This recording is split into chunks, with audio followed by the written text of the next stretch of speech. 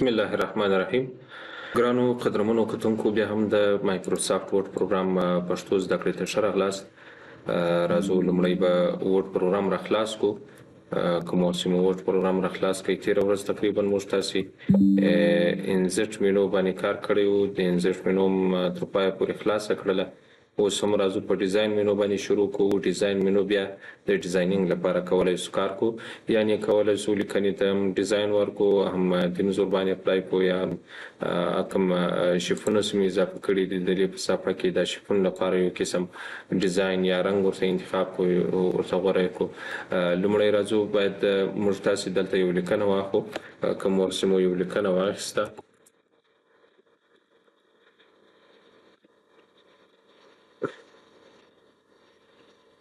او دلته څو شیپ هم ورسره اضافه کوو. په انزټ مینو ته به راسو. په انزټ مینو کې موږ تاسې شیفونه لرو، مختلف قسمه شیفونه شته. هر قسم شیپ چې غواړئ د دې په صفحه کې رسم کړي، په هماغه شکل باندې یو شیپ اضافه کولی شو. دلته به یو بل دوه درې شیپه نور هم ورسره اضافه کړو تر څو پورې چې هلته عملیه ورباندې اجرا کړو په همدې شکل باندې. او د ډیزاین یا رنګ به هم ورته بل قسم ته واړو، په دې شکل به کو.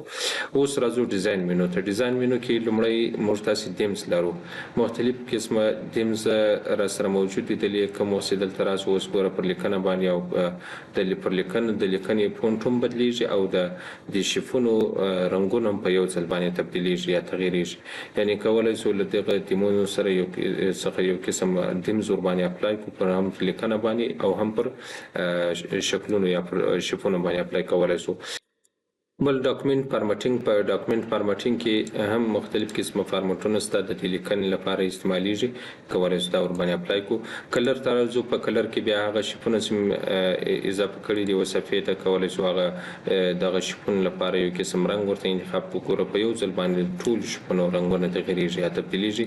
فونټ کې بیا مختلف قسمه فونټونه شته، کولی شو د لیکنې لپاره یو قسم فونټ ورباندې اپلای کړي، هغه کولی شو له دې فونټونو څخه استفاده وکړو. مختلف قسمه فونټونه شته. البته دغه فونټو د په هم مینو کې چې کوم فونټ فامیلي ویل د دې دوه ترمنځ څه فرق شته.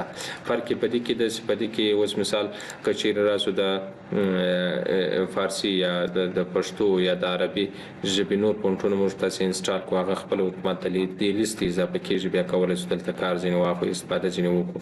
او بل فرق دا د دې فونټ له هغه بل فونټ سره په ډیزاین مینو کې چې کوم فونټ ته داسې موږ تاسې لیکنه انتخاب کړې نه وي، پر هماغه لیکنه باندې تر هغه پورې دا فونټونه نسخه کارولای نه شو ورباندې اپلای کولی. یعنې لومړی شرط دا دی چې باید لیکنه انتخاب کړل شي، له هغه څخه وروسته بیا د دې فونټ فامیلي څخه کولی شو یو فونټ ورباندې اپلای کړو. او پاتې شو ډیزاین مینو کې چې کوم فونټونه دي، دا فونټونه بیا لیکنې ته د لیکنې انتخابېدو ته ضرورت نه لري. کولی شو اتومات کومه لیکنه چې په ډاکومنټ کې لیکل شوې ده پر هغه لیکنه باندې دا فونټونه اپلای کړو. خو دلته بیا یوازې د انګلیسي فونټونه کولی شو استفاده کړو یا کار ځینې واخلو، بغیر له انګلیسي څخه بیا د نورو ژبو فونټونو نه استعمالیږي. بل پاراګراف سپیسینګ ته راځو. د پاراګرافونو ترمنځ مسافه اضافه کول یا کمول. کولی شو د پاراګرافونو ترمنځ مسافه دې اضافه شي یا دې کمه شي. ګوره که چیرې نو پاراګراف سپیس ورته انتخاب کړو، کومه مسافه چې د هر پاراګراف ترمنځ موجود ده هغه ایسته کوي، له منځه وړي. دا بیا مختلف قسمه، مثال ټایټ په شکل، اوپن په شکل، ریلیکس په شکل باندې هر شکل چې ورته انتخاب په هغه شکل باندې یو مسافه ورته انتخابیږي. بل افیکټ ته، دا هم مختلف قسمه افیکټونه دي. دا بیا د شیفون لپاره کولی شو کار کوو، استفاده ځینې وکړو. بل کمانډ د سیټ از ډیفولټ په نامه ده. کوم وخت چې دلته موږ تاسې په دې ډیزاین مینو کې په دې کمانډونو کې تغیر راوستئ، مثال دلته د پاراګرافونو ترمنځ دا مسافه ځینې ایسته کړه نه، فونټ ورته چینج کړئ، تغیر هم کوي، یا مثال کلر هم ورته بدل کړئ د دې شیفون لپاره. دغه تغیرات چې بیا هر وخت دا ورډ پروګرام را خلاص کړو، که غواړئ دا تغیرات ټول در سره ثبت شي او په دې تغیراتو دې وار له وار د ورډ پروګرام سره خلاصو، په هماغه تغیراتو دې نو بیا له دې سیټ از ډیفولټ کمانډ څخه استفاده کوو. په دې باندې سم کلیک وکړئ، دا را سره ثبتېږي دا ټول تغیرات. او که چیرې دا ورته ټیک مارک نه کړو، بیا سم تغیرات هم دلې په ډاکومنټ کې راوستلي، دا ډاکومنټ بیا کلوز کړو، دا ورډ پروګرام کلوز کړو. بل وخت بیا هر وخت دا ورډ پروګرام را خلاصو، بیرته د پخوا په شان باندې په خپلې تنظیماتو باندې دا سفر تر خلاصېږي. بیا کولی شو په خپله خوښه باندې نور تغیرات یا چینجز کې راوړو. بل کمانډ د واټر مارک په نامه ده. واټر مارک د دې لپاره استعمالیږي کوم کواړي چې اوس مثال موږ تاسو یو چپټر جوړ کوو یو کتاب جوړ کوو چې څوک لا کتاب څخه یا لا چپټر څخه یا یو نور څخه استفاده ونه کوي او کاپی نه کوي نو داغه لپاره بیا کولای شو واټر مارک څخه استفاده وکړو. واټر مارک د لیکنې شاته بیک ګراوند کې یو نوم په غټو حروف راوستل یا پکچر راوستل بیا په ټول صفحو کې تکراریږي تکرارا راځي. اوس کچېری دلته راسو د لیکنې څخه کاپی کو او پیسټ کو تر څو د صفحې اضافه سره سره راځو دلته په دې اوله صفحه باندې واټر مارک اپلای کوو. واټر مارک په سره راسو په دې کې ګوره د واټر مارک لپاره مختلف قسمه ډیزاینونه شته. هر قسم ډیزاین څه ورته انتخاب کوو. اوس ګوره دلته کلی ډو ناٹ کاپی یعنی هغه لیکنه سم لیکلي دا هغه باید څو کاپی نه کینه. نور ډیزاینونه هم لري مختلف قسمه ډیزاینونه سره سره کچېری غواړي په خپل خوښ باندې واټر مارک ورته انتخاب کې بیا پر کسټم واټر مارک باندې کلیک کوو. دلته سرالو په دې کې اوس ګوره نو واټر مارک ورته انتخاب دی یعنی واټر مارک نه دور کړل شوی. کچېری پکچر واټر مارک ورته انتخاب کو یعنی کواړي سیو تصویر دلته د دې صفحې لپاره د لیکنې د بیک ګراوند لپاره راواخي بیا پر پکچر سلیکټ پکچر باندې کلیک کوو. هر ځای چې موږ تاسو یو تصویر ځای پر ځای کړی وي مثال په یو فولډر کې پروت یا د تصویر موقعیت پرته معلومیږي مثال همدا یو تصویر راخلو بیا په دې تصویر باندې کلیک کوو هغه انتخابو انسرټ کوو داسې منځر کوي. په دې کې بیا زدا څنګه اپلای کو بیا دا پر صفحه باندې اپلای کیږي پر ټول لیکنې شاته راځي.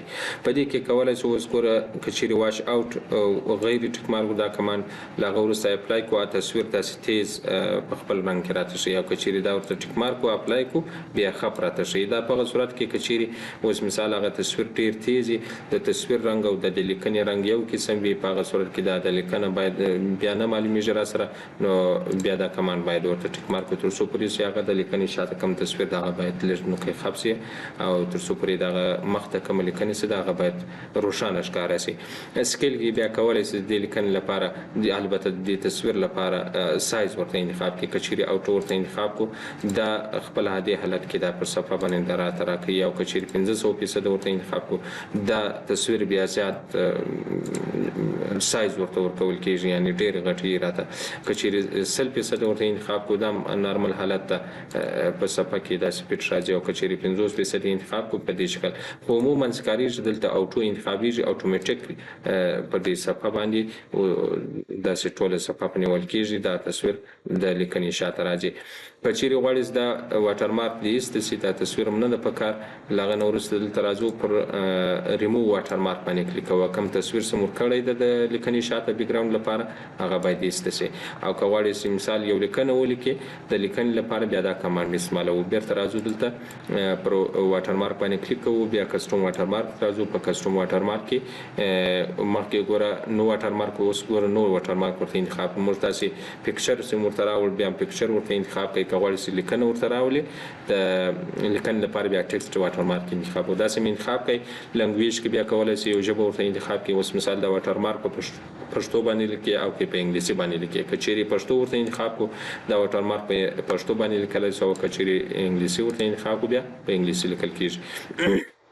خیر خو اوس انګلیسي به ورته انتخاب کو د انګلیسي لپاره ګوره په دې لیست کې مختلف قسم خپل اتومات لیکل شوی لیکنې ستا هر قسم لیکنه سي کلیک وغه ورته انتخابيږي خو نه موږ تاسو باید په خپل خوښه باندې دلته لزان څخه یو لیکنه ورته ولیکو په انګلیسي باندې مثال د لیکوال نوم ورته لیکو احمد الله په نامه باندې صحیح ده دا سمولي کوي البته خپل تخلص باید ولیکو سیرت تخلص ورته لیکو لغه نورسته په فونټ کې بیا کولای شي هغه د فونټ ډول یا شکل د لیکنې بدل کې یا چینج کې په سایز کې سایز ورته ورکولای شو لکه څنګه چې د تصویر لپاره دلته سایز درلودای د لیکنې لپاره هم کولای سایز ورته انتخاب کې دا سایز به ورته انتخاب کو کلر کې بیا کولای شي رنگ ورته انتخاب کې رنگ ورته انتخاب کې لغه نورسته اپلای کو دا سم اپلای کوي بعد د لیکنې شاته دانوم په همدې شکل باندې راته راکوي او کچېری دلته راسو کغواړي نور تغیرات کې راولي کسټم واټر مارک داخلي جو په کسټم واټر مارک مثال دلته دغه ورته بدلو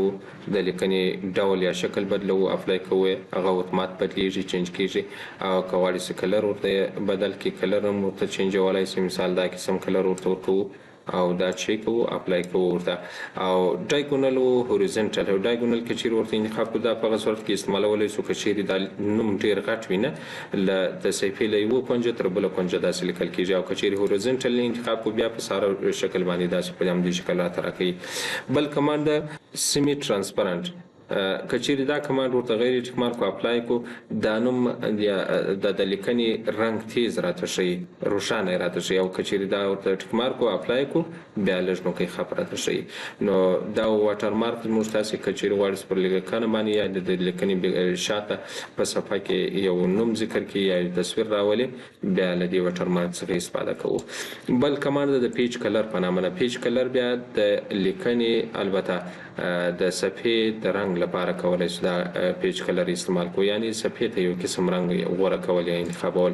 دا په هغه صورت کې کارولای شو. اوس مثال یو شخص وایي مثال زه وایي په دې وورډ پروګرام کې لیکنه نشم لیکلی ځکه چې دا سپین رنګ زما پر سترګو باندې بد تاثیر لري.